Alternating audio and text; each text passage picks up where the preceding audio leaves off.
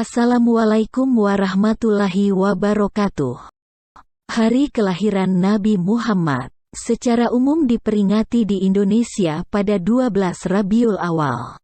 Tahun kelahiran Nabi Muhammad dihubungkan dengan tahun gajah sekitar 570 Masehi, ketika Abrahah, penguasa Yaman, berniat menghancurkan Ka'bah.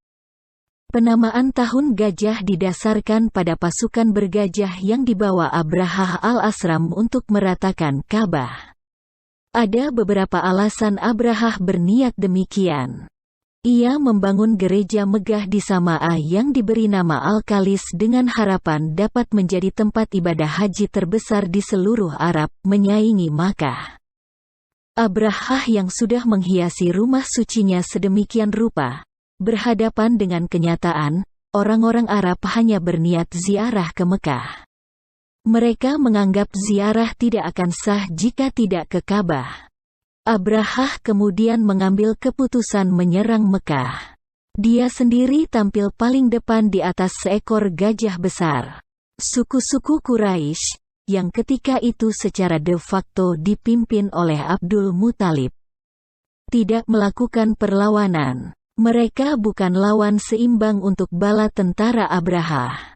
Di sisi lain, Abrahah melalui utusannya menekankan, dirinya tidak ingin berperang, hanya menghancurkan Ka'bah. Selama tidak ada perlawanan, maka tidak akan ada pertumpahan darah. Abdul Muthalib diriwayatkan bertemu dengan Abrahah di perkemahan sang penguasa Yaman. Namun, Abdul Muthalib justru hanya meminta 200 ekor untanya yang dirampas pasukan Abrahah dalam perjalanan ke Makkah. Ini membuat Abrahah kecewa, karena ia menganggap pimpinan suku Quraisy tidak berniat melindungi Ka'bah. Abdul Muthalib berkata, "Aku pemilik unta-unta itu, sementara Ka'bah ada pemiliknya sendiri yang akan melindunginya."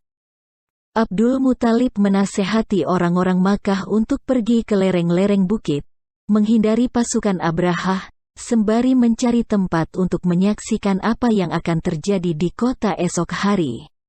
Lalu, di tengah Makkah yang sunyi, ketika penghancuran Ka'bah tampak akan berjalan begitu mudah, rencana Abrahah gagal total. Hal aneh pun terjadi.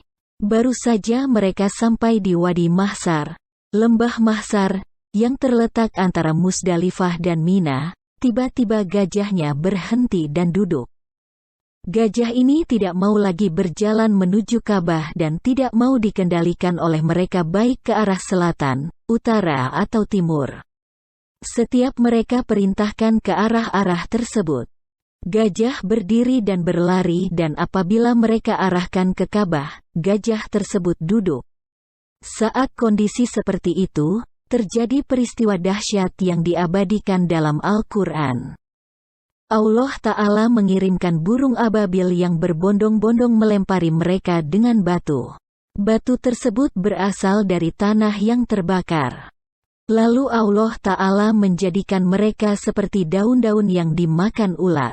Peristiwa dahsyat tersebut terekam dalam Al-Quran Surah Al-Fil ayat 1-5. Akibat kejadian mendadak ini, pasukan gajah Abrahah berantakan. Tubuh mereka membusuk, ada yang sangat cepat, ada yang perlahan. Semuanya terkena wabah. Namun tidak semua pasukan bergajah terkena lemparan.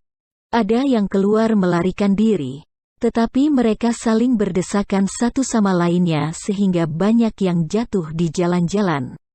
Dalam kondisi kacau balau tersebut, banyak pasukan yang mati di tengah perjalanan pulang dan banyak pula yang mati begitu sampai di Sama'a termasuk Abrahah.